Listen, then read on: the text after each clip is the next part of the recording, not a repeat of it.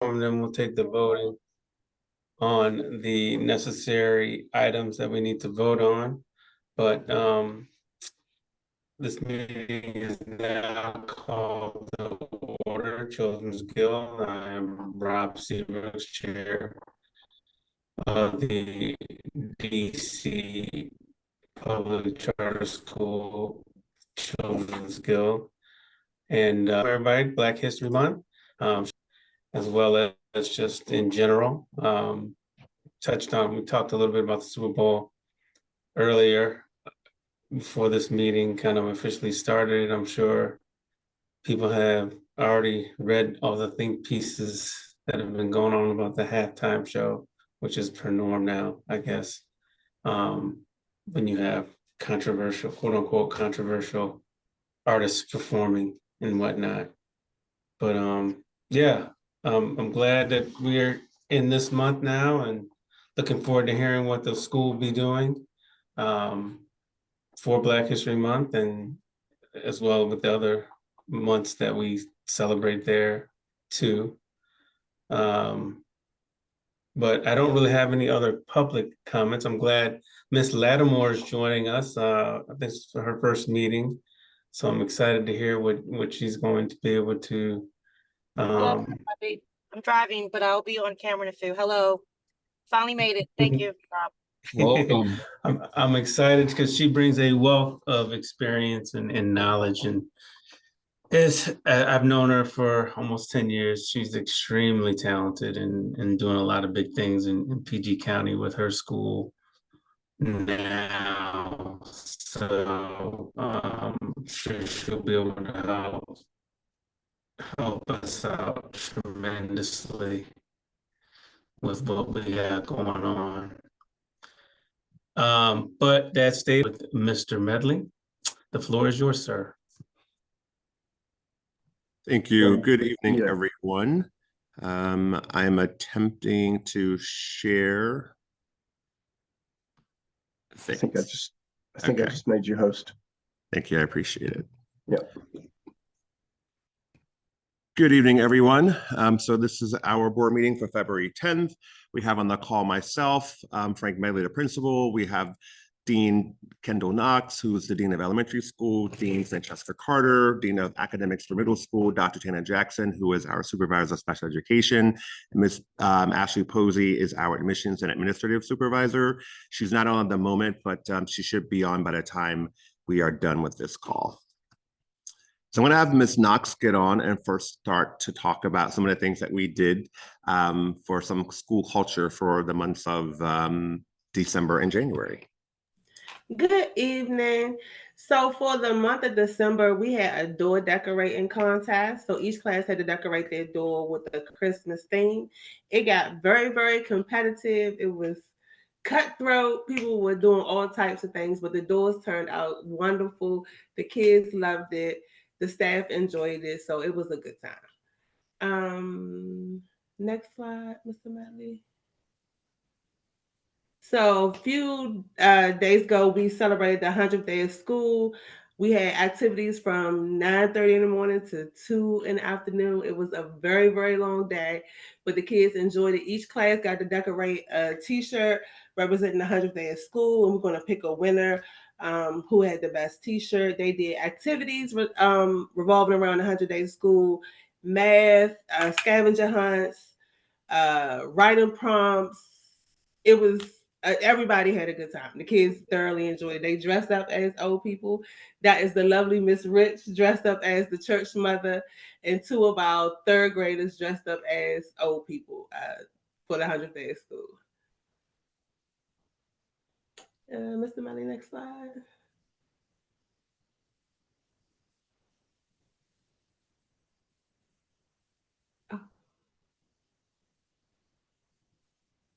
And this is Autumn Holbrook in the 5th grade. She is talking about how much she loves the Children's Guild and what it has done for her as far as her education so far in her life. Next slide, Mr. Medley. Were you able to hear that or no? No. No, okay. This is the same thing, but from a 7th grader's perspective. We'll have to send it. We can't hear. I don't.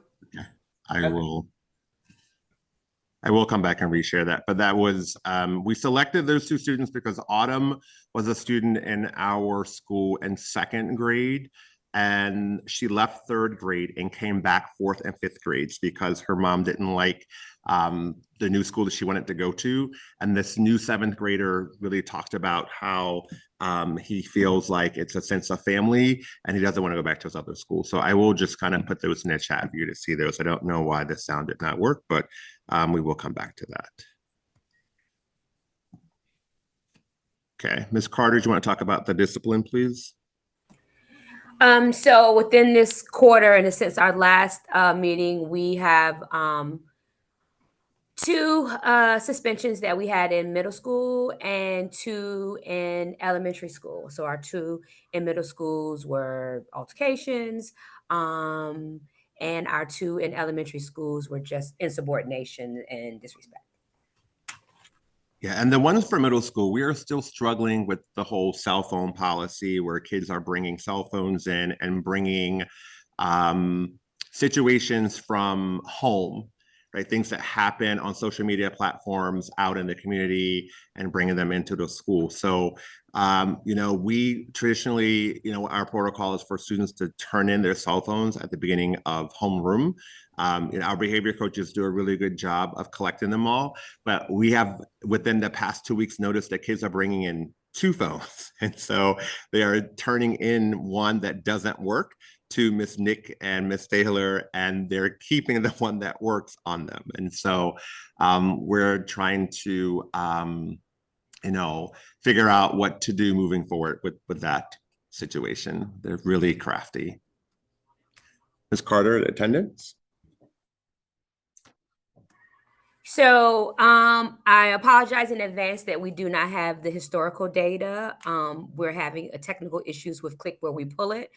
So I had to put in a ticket to be able to gather that information again. I was getting access denied, error message. But for the month of November, we were 80%. For December, we were at 77.8. And then January, we were 85.2.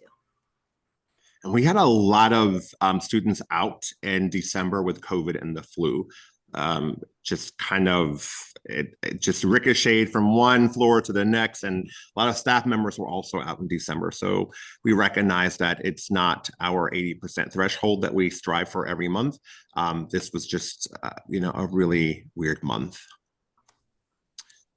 I don't think Ms. Posey is here, but our current enrollment reflects that we are still at 247 at the DC campus. We lost 4 students and we gained 4 students. And so we're still at the 247. Those students were lost in a third grade class, a fourth grade class, and 2 middle school students. And we gained 3 elementary students and 1 middle school student. Traditionally, we would host an open house every other week up until enrollment, but we wanted to really have 2 really big open houses this year. We just kind of felt like there were too many options given, and so we're going to do one on the 12th, and then we're going to do one on the 19th. So we do have a backup plan to offer a virtual option for Wednesday because of the weather. We may not be open, but we do have a backup plan for that. Enrollment for DC starts April 1st. That is, governed by My School DC. And we are planning to have an enrollment fair on Saturday, May 2nd. That is our tentative date. So if you would like to mark your calendar, that is our tentative date for the enrollment fair. We are, however, a little concerned given the state of the United States, how that is going to impact our international families. And our team has a few tricks up our sleeves, but it really hasn't affected a lot of our families as of right now. Some parents, well, kids, I don't think really understand what's going on, but a lot of parents come in with uncertainty. But it's our job to remind them that we offer a safe environment, and that we will follow whatever protocol to ensure that our students feel safe and they are protected. Dr. Jackson, the SPED report. Yes, everyone. Good afternoon. So I just want to make sure that I can see this slide. Thank you. So currently right now we have a total of 131. For level 1, we have 10. Level 2, we're at 6. Level 4, we're at 115. We currently have 3 students that are in the queue. And those students are students that will be going up for initial evaluations to determine if special education services are warranted. In addition to that, we do have students that are currently in our queue to look at other placements as we're trying to determine what's best for them, and we're still in the works with that. But currently, this is where we're standing in special ed.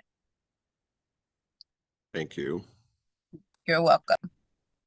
Here's a copy of our February calendar. I will ask Ms. Camphor to put it in the chat, but you can see that we do a lot each month, and we are celebrating, we celebrated the 100th day of school. We are also celebrating Valentine's Week, and we're also celebrating Black History Month. And so we will make sure that you have a list of the festivities in case you'd like to stop by and check us out sometime. Ms. Camphor, would you like to talk about the shoe drive? Hello, everybody. Good afternoon. So my partner started a shoe drive for our school, the Kisser Kicks Gift Back Shoe Drive. So we have collected shoes from the beginning of January until the end of January. We are planning on giving out the shoes on February 28th, which is the last Friday of the month. Currently, we have enough shoes from size 4C to about 12, 13 adult size, where each student will be able to get a shoe. So currently we're still working out a little bit of kinks as far as like I'm going to send home a form for students this week so I can get every child's shoe size, so I can make sure that we have everything. So right now we're going to do 12 to 3 on that Friday, the 28th, if anybody would like to come out and support. We also have donations from Champs and Foot Locker, and some of the people from those organizations will be there to support us and give back. Thank you. And, we would just love to commend Ms. Camphor for initiating this process and carrying it out all on her own, and just taking the initiative. And, she just thought there was a need for this. And I know some years ago, we had a professional basketball player come to our school and donate shoes to our students. And I heard it was really well received, and it was a really exciting time for our community. And so Ms. Camphor kind of wanted to replicate that for our students. And so just wanted to make sure you heard her say that she was able to collect, or we were able to collect enough shoes that every student in our building will receive a new pair of shoes. Just some quick staffing updates. We're still in need of a part-time occupational therapist, a part-time physical therapist, and 3 TBAs. The situation with the TBAs is that we interview them, we bring them in, and a lot of them do not follow through with the requirements needed to all the contingencies, not taking the drug test, not getting the fingerprinting done. So that has delayed some of their employment. So Dr. Mitchell visited our campus last Thursday, which was coincidentally our 100th day of school. She is the new interim superintendent of OSSI, and her staff reached out to us in September asking for a visit. I think she reached out to everybody and asked, to schedule a visit. And I was like, of course. And so she came on board, and she toured the building. She stated that there was a family feel in the building, and our students were highly engaged. And her background is in social studies, and I believe prior, she was the chief of, I think, career and college readiness. But before coming to OSSI, she was a dean of students at Trinity. So she had no formal training on IEPs. And so we've invited her to return back to the Guild to give her a crash course on IEPs and what that looks like and some of the challenges that we faced with receiving incomplete or no IEPs from other LEAs. And she was really excited about that and is committed to improving our challenges with OSSI transportation. So I'm going to have Dr. Jackson come on in a second, but I wanted you to see that this picture I took today at 4:46. Please remember, we get out at 3:15. You know, we start dismissal at 3:05. Kids, you know, we have about 10 to 15 minutes built in the day for dismissal time. And as you can see, this bus did not come until 4:44 today. And so that results in our students having to wait after school for an hour and a half in a land of unknown. OSSI never contacted the parents. And so myself and Ms. Camfor and Mr. Johnson and the instructional coaches had to end up calling the parents, asking them if they wanted to wait for, because we were told route is down, the bus broke down. You know, they always give us these bogus responses. And so some parents opt to come pick up their students, some just wait. So, you know, I'm sure those students are still not home because of the traffic in DC. So Dr. Jackson, you talk a little bit about, you know, your meeting with the chief of transportation. Well, you had a brief meeting, but he has committed himself to, you know, to helping us improve and ameliorate our situation with transportation. Yes, for sure. So what we, you know, the funny thing was when we were in the meeting, he never indicated to us that he was the dean. I mean, he was the director, which was great because I did share with him that I was going to be open and honest regardless. But one of the things that we shared with him is that what wasn't common is that we have so many children that ride the OSSI bus, not typical of most charter schools. So even in the co-op that I'm in, most people may have 10 kids that are riding, maybe 30. When we operate 10 buses. And so what he did indicate was that he would reach out to me, and I did take his card, so I'm going to follow up if I don't hear from him, you know, within the next week or two. To what the recommendation was, that what I asked him to do was, could we create some type of training, which we've done in the past, so that our staff as well as his staff understands the needs of our students and how important it is. Because what we tried to share with him, which, you know, he was aware, that FAPE is a part, transportation is a part of FAPE, essentially. And in order to navigate that piece, we all need to ensure that our students are, you know, transported correctly. And so he did commit that his team would get together to determine what is going to be best for our students so that we can have this collaborative effort to ensure that transportation does run better. For us, he did commend us for, you know, submitting things timely, that our school, we try to do those things because we know the hiccups that come along with OSSI, but it's just imperative that, you know, we even had a situation today where I had to go outside because they wanted to put one of our students off of the bus because of maladaptive behavior, but they're aware of our students' needs. And so just creating some training around that to help transportation run a bit smoother, as we indicated to him that it's not a luxury, it's a part of what they receive. And so we just want to make sure that we're doing that with fidelity. And so he has committed to his team working on that to ensure, you know, a more smooth transition for our students. Thank you, Dr. Jackson. And correct me if I'm wrong, and he wanted to work with our ESY program to kind of like start there. Yes, and, okay. That's what he said, because he wanted to look at routing and all of those things and for us to have a conversation. So to be a bit more proactive instead of reactive, which we see happens because they're just not aware. So we're going to start working on pairing students on transportation that's appropriate and kind of all of those things. So we'll be working really closely together, and we're really excited about the future partnership and hopes that next year will look a little different, or ESY will be the test run for us to look a little different.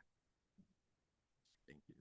And lastly, would just like to share that 3 of our classes and teachers, Ms. Howard, 4th grade teacher, Ms. Davis, our middle school self-contained teacher, and Ms. Johnson, our K-3 self-contained instructor, have all entered into the Student Treasure Publishing Contest and were accepted. And so essentially the students are going to write a book together and they're going to publish it. And so we're going to have 3 books published from our students when they're at school, and they will go on sale for the public to buy. So we're really excited about that and really supporting that initiative with writing. Our charter review meeting is on June the 23rd, I should say 2025, not 2035, at 6 p.m. really, there just has been an email that has come out that has indicated that this is the date and the time, and more information would be forthcoming. They are in the process now of pulling certain data and making sure that things are consistent, with making sure that we are prepared for this review. We are still trying to have a 10-year celebration since this is the 10th year of our school opening. We are still in need of winter essentials such as hats, gloves, scarves, and coats. I believe we placed a flyer in the chat back in November. So if you're still willing to help out with that, please reach out to Ms. Camphor. And last year, our school put on Annie the musical, and this year we're going to put on The Lion King the musical. We'll probably end up doing The Lion King Jr., but auditions will be held this week and next week. And that's it for our principal's report. Does anybody have any questions? I actually do. I kind of want to go back to the transportation issue for a minute, because I know this has been going on for quite some time. Were you guys getting the feeling that we're hearing the same kind of song and dance? What is our confidence that there's gonna be somehow a new way going forward with this new change in leadership with them? So I can start and the team can follow, because we had a very intimate conversation with this individual and Dr. Mitchell on Thursday. And I'm not sure if you were aware, but there was an incident in December that there was a video that was broadcast on the news and social media platforms that involved one of our students. And it was the bus that pulled over and let a stranger come in on the bus, and that stranger attacked one of our students, and someone filmed it. And so when we met with him last Thursday, we did not bring that up. He brought it up. So it showed to me the willingness and commitment, like he knew the mom and the students by name. We didn't bring that up. He brought it up. So that was evidence enough for me that the commitment to make things better, I was satisfied with, because as Dr. Jackson indicated, other schools might have 1 or 2 OSSI buses, but we have 10. And, with that amount of buses, undoubtedly there's going to be an issue sometimes. The bus that actually came back to pick up our students had already gone out on a route and circled back to pick up our students at 4:44 to take those students home. So I was confident in what he said on Thursday. Ms. Carter was there, Ms. Knox was there, Dr. Jackson was there. Would you like to chime in?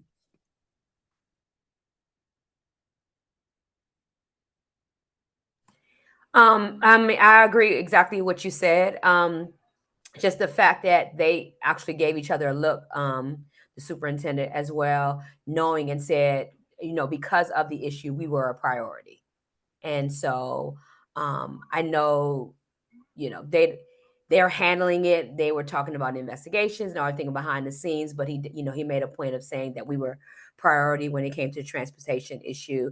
Unfortunately, a situation had to happen for us to become a priority, but at this point, I feel as confident too that he or they will make sure that we are taken care of. So that conversation happened last Thursday? Is that? Yes. Okay. Yes. And then today we already have a bus that was super late. That's kind of what's making me not, I guess, share that same level of confidence at this point. But I'm not quite sure what the next step would be to take with them. Like how much leeway do we want to give them, given all the problems that we've had in the past, is my question. So that might be something. The day a bus broke down on the way to the guild. And I think all buses were active in routes, and they had to wait for one to circle back. I that was the gist. But what happens is they sent us a report the next day. So when Dr. Jackson receives that report in the morning, I can make sure that the board gets a copy of the justification for a late arrival.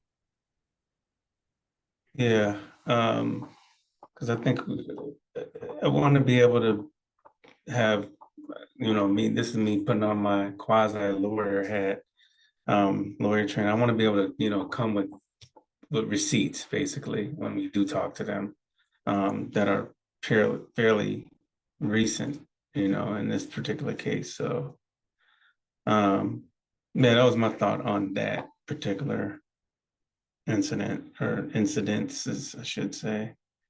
I don't know if anybody else has any thoughts on it, if they want to chime in, or on any of the parts of the report.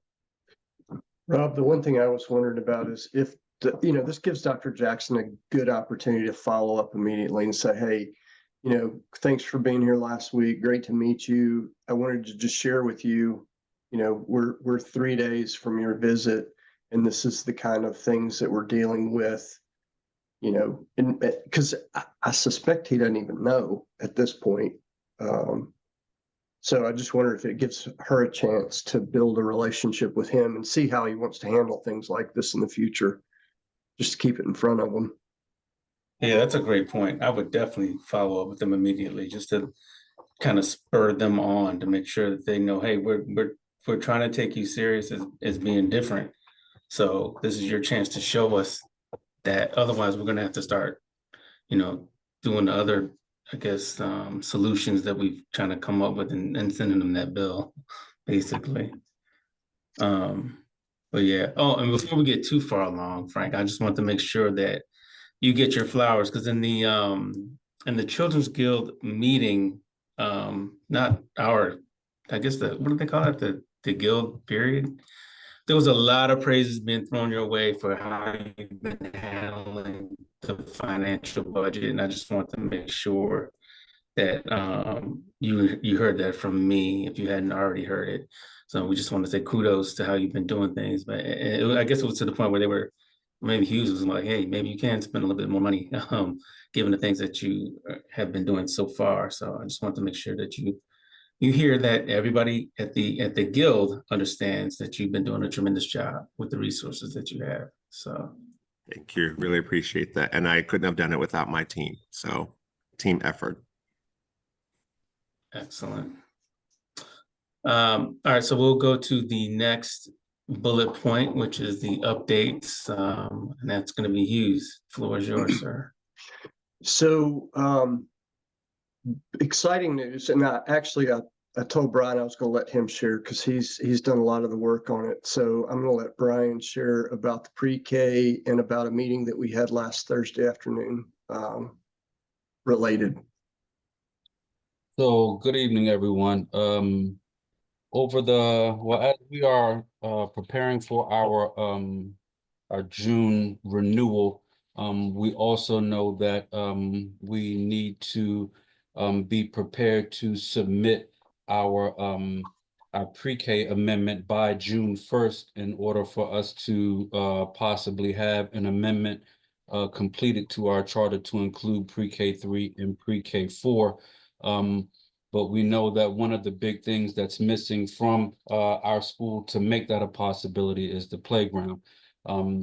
Just this past week, we had a meeting with Kaboom, and we're kind of notified that we are and the firm running to be gifted a playground at our school, and we should know as early as March as to whether or not we will be awarded this playground venture. What we do know at this point is that the donor is local.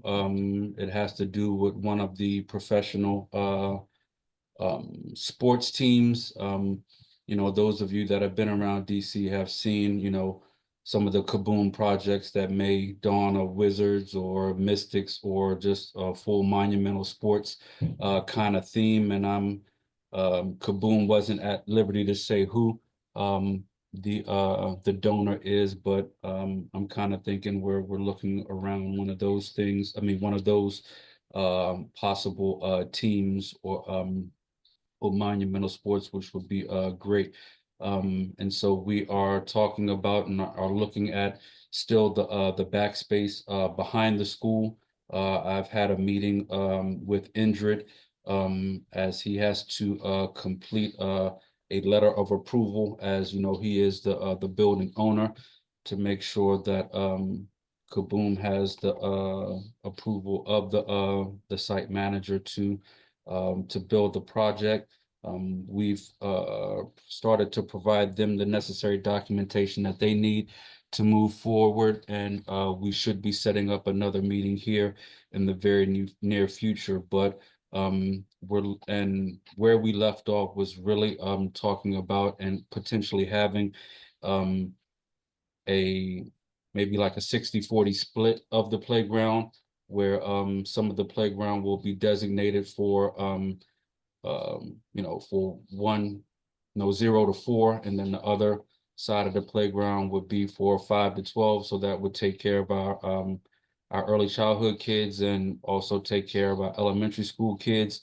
But this was a bit of good news, and hopefully we will be able to continue to put our best foot forward and be awarded this Kaboom project, which will put us in a great situation to be able to really seek the amendment of the charter and to be able to potentially open up that pre-K3 and pre-K4 program. And those of you that know Kaboom know that, well, what it has been stated is that if we are approved, we will be looking at I believe it was a September install. And so we're talking, a 3-day install, and possibly at the beginning of the upcoming school year, we could be looking at a playground behind the school for our babies, and that's nothing but good news. So just to add to a little bit to it. So one of the things that excites me as well is not just getting the playground, but whoever the sponsor is, they will come on site and design the playground with the kids. They want to do some like focus groups with the kids to find out what they want and what they envision in a playground.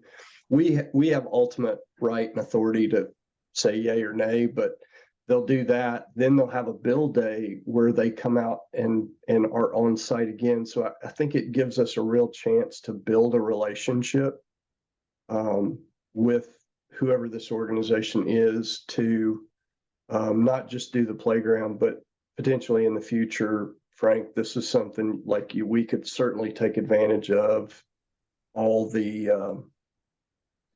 hopefully I mean, we don't know what sports, he said a sports group, but he wouldn't say any more than that. But boy, it'd be cool to have all those relationships and get to start doing things, have them do things with the kids.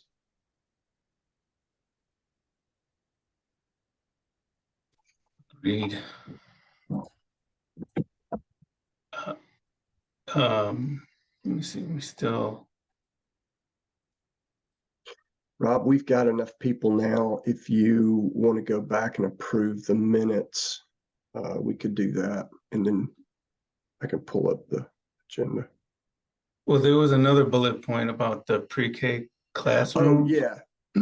So with the pre-K, really all that is just to keep y'all aware. What we're going to do is submit for approval of 2 pre-K3 classrooms and 2 pre-K4 classrooms.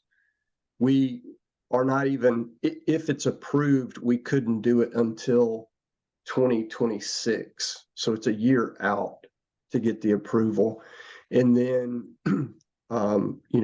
we've talked, do we start with the pre-K3 and then add a pre-K4 and then expand it from there?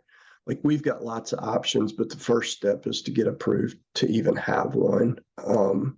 We think it'll be a relatively straightforward process, mainly because they need more pre-K space for the kids.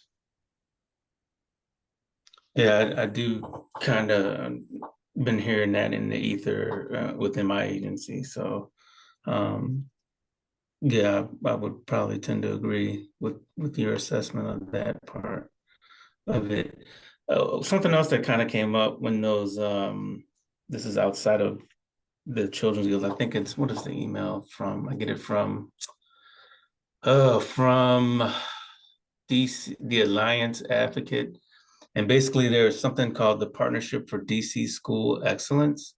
Have we been exploring anything with that? I guess it's a newer initiative coming from the DC Charter School Alliance to support and strengthen charter schools. Have we been in touch with anybody or heard anything on that particular thing? I haven't heard anything necessarily about the excellence component that you're referring to. I do know that, I mean, Frank and I just got an invite to a meeting that's going to be happening, I think, next week, where they are foregoing the normal DC Alliance leadership meeting, and they're doing a happy hour to get people together to discuss a lot of the things that are upcoming.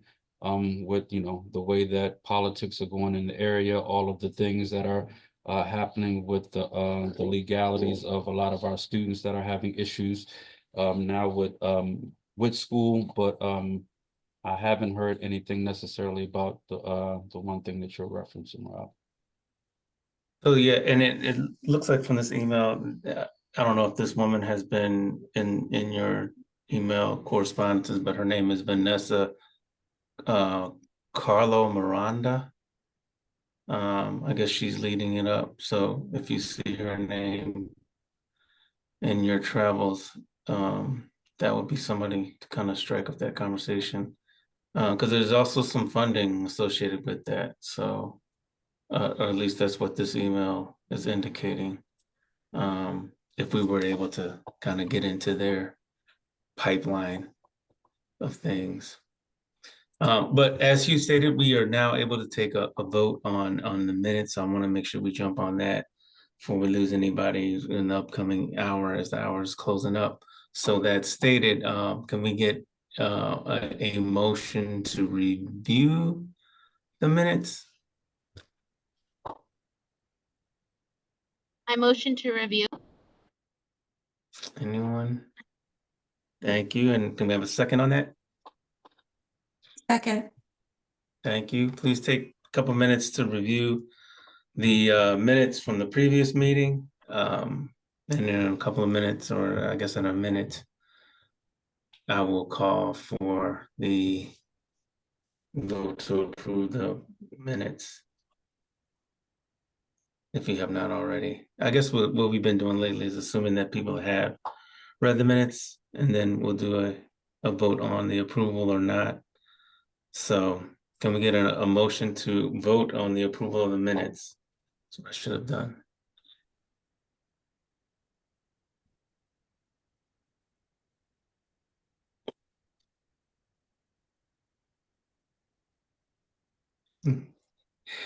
Motion to vote to approve the minutes. Thank you, Ms. Edwards.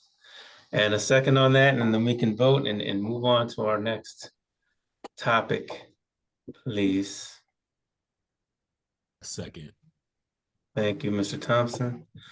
All those in favor of approving the minutes, say aye or raise your hand, and those opposed, nay.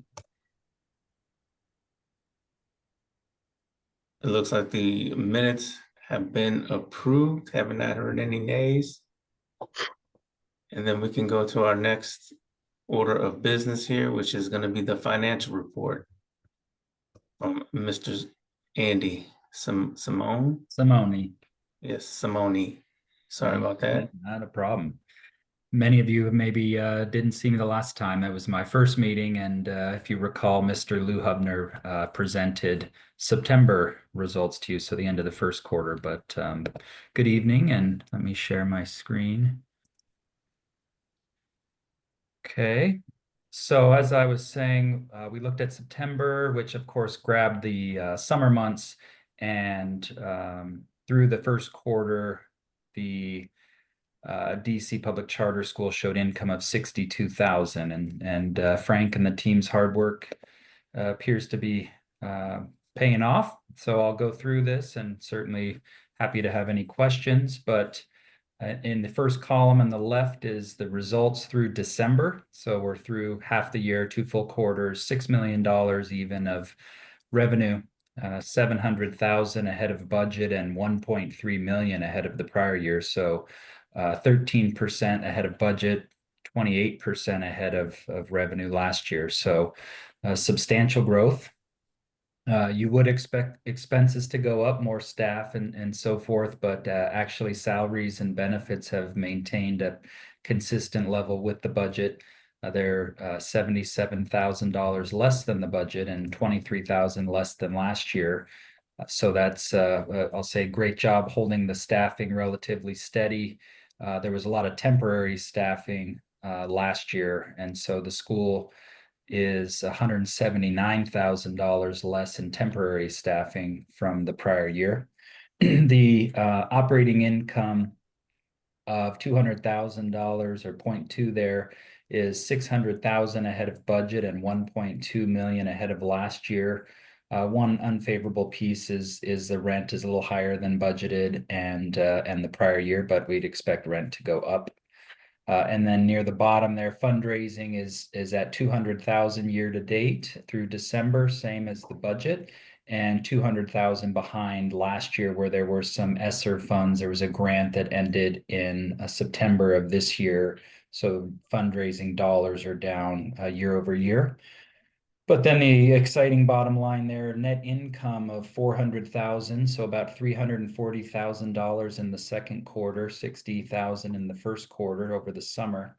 So a nice uptick there in bottom line income. The budget actually was anticipating a $200,000 loss at this point of the year. And last year we had a $600,000 loss. So year over year, a $1 million bottom line turnaround. And as I think Rob alluded, Frank's been able to purchase a few things that were necessary for the school, some new technology and things recently. So good time, and will still be a good steward of the funds and the resources. But first half of the year is looking very strong. Anybody have any questions? Actually, I do. With the how did our rent catch us a little off guard? That seems like that's a more predictable fixed cost. Yeah, go ahead. Hughes? Yeah, Rob, that's a great question, and one I've got to follow up on, because I thought we budgeted for an increase. And so I need to see what ended up getting put into the budgeting system. But yeah, that should be predictable. Yeah, it's a little miss there. Excellent. Again, Frank, thank you for your team's hard work. This is good. $1 million turnaround is outstanding in this environment. So keep it up. Anybody else have any questions for Mr. Simone? Having heard none, we will go to other business. And I guess we've kind of touched on this earlier, or maybe a little bit, Mr. Medley, but refresh our minds on the current enrollment and recruitment strategy piece of it. So good evening again. So we are still at 247. I indicated earlier we had 4 students withdraw from the latter part of October up until the last part of December. And then we replaced an intent to return letter to parents next week, so that we have an idea of how many students we're going to have returned for the next school year. We are anticipating, I'm sorry, it says my internet is unstable. Can you guys hear me? Yeah. Okay. We are anticipating a 90% retention rate with our students moving on from this year to next year. We're going to be losing about 30 students, Ms. Carter, is that correct? 29 8th graders. 29 eighth graders. And so we will have to replace that number. And again, there was a concern about our international families, but again, we are, you know, really looking forward to re-enrolling them as well. 90% of our international students stay at the refugee community right next door to us, SAMU. And so we are really trying, again, given what's going on in the world, we're really trying to figure out what's happening with that facility. We anticipate if that were to shut down or close, that it's going to have an impact on our enrollment for next year. We're going to lose about 24 students if that happens. The other 6 students actually live in the community, and what's unique about our school is that we offer transportation no matter where you live in the district, and so we'll be able to pick up and transport students to and fro, provided that they are somewhere within a district. But we are really relying on our networking efforts. We have someone coming in every other week, and she's capturing videos, and really we've seen a lot of traffic on our Instagram page, and she has shared with us some historic data from the past 3 months, how the number of views have almost quadrupled. So we're pushing that out so that, to make everybody aware of what's going on here at the Guild, and then really relying on those 2 enrollment fairs to really get our name out there. Excellent. Thank you for that. Any questions from Mr. Medley?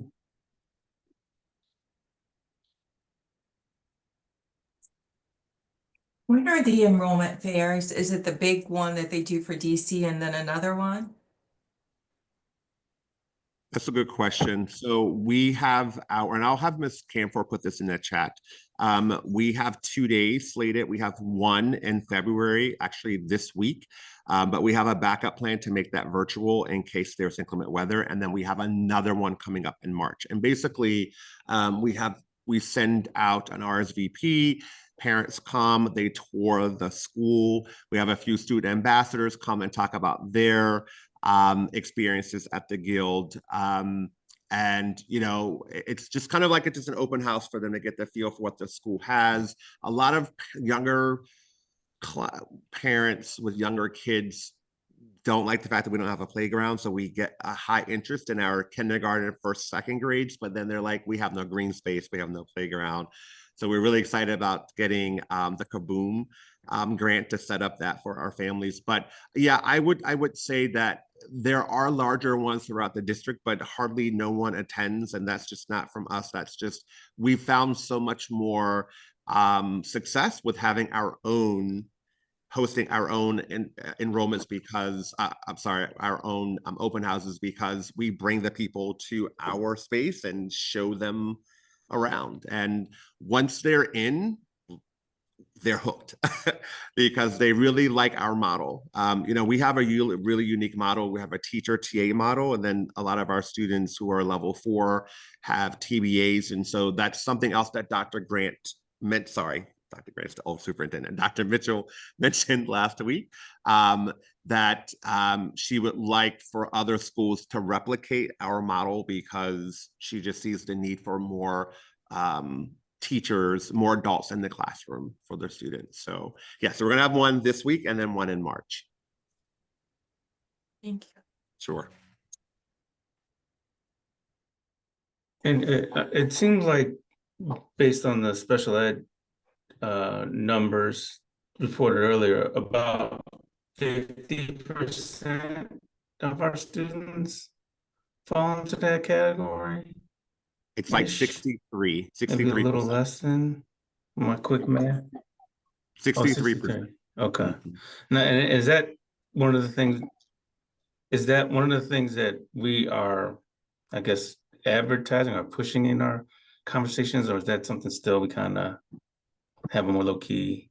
No, absolutely. We're certainly pushing that because we do special education well. And I'm not just saying that because I worked there, but I've been in 3 other school systems. And what we do is amazing. I don't know if Dr. Jackson can come on and talk, but Sure. we do 30-day reviews, like parents are involved. We have IEP. It's the full gamut of what we Absolutely. offer. And I think that parents appreciate that, and parents ride along with the process. So we inform parents of 30-day reviews.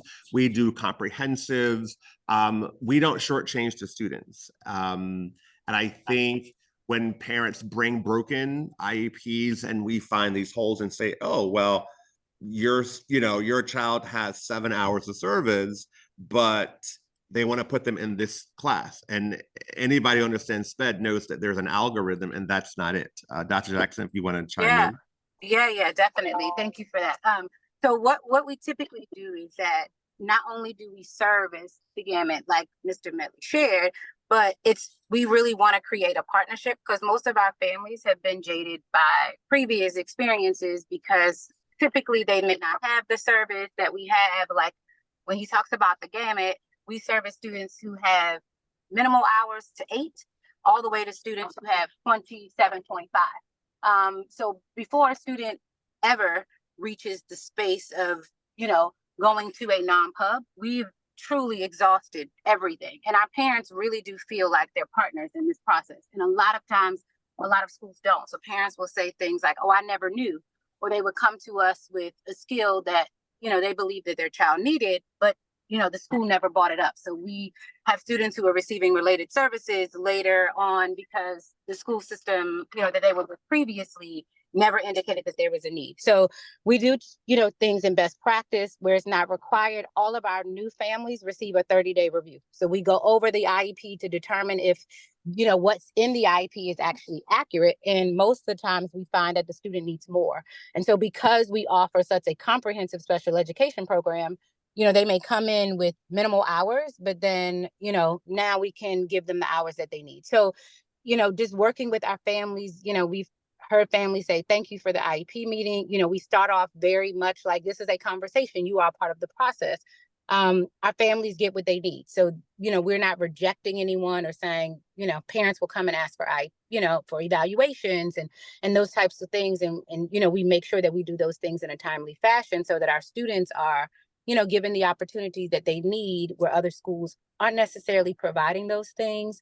And so it gives it a really good feel. And I think as we were indicating that for us, it's not so much that we even need to advertise. A lot of times people will just say, oh, the Children's Guild, that's the special education school. And we're glad, that parents are entrusting us for such, a major part, because their children need these services and they need to be provided. And, it is our pleasure really to have them come in and work with them. Even the most challenging IEPs that we've seen where we're like, this student needs so much more and the other schools just didn't have it. And so parents felt like they had to settle. We're here, they have choice. And we really want them to feel like they're a part of the process. So yes, we're pushing, thank you, Dr. Jackson, the special education component, but also our EL component. So we have about 26 students in our school whose first language is not English. And so we've seen our enrollment almost double from last year. And we're seeing students perform at high levels. The students that we received last November are doing very well on our testing. And so, I speak Spanish, and so I do the morning announcements in Spanish. Everything that we send out is bilingual. We have signage in the building that is bilingual. So we just have this great sense of community, and it goes back to like the 3 students that we just enrolled 3 weeks ago were at a bigger school, and parents thought that their kids were essentially numbers and not part of a program. And so by word of mouth, knowing some other parents that are in our building that said, hey, come to this school is great. And so we're relying on the SPED, the ELA, but we also don't want to forget about our general education population as well. So kind of have 3 distinct programs that we try to advertise and advocate for at our campus. So. Excellent. Thank you. Thank you for that context from both of you all. I really appreciate that. I'm sure the other members of the board appreciate that as well, too. Any other questions for the team? Having heard none, I will go ahead and move to adjourn this meeting of the Children's Guild DC board at 7:01 p.m. Thank you all for coming out, and we will see you at the next meeting in April, I believe. Thanks, everybody. Thank you. Good night. Everybody. Good night. Thanks.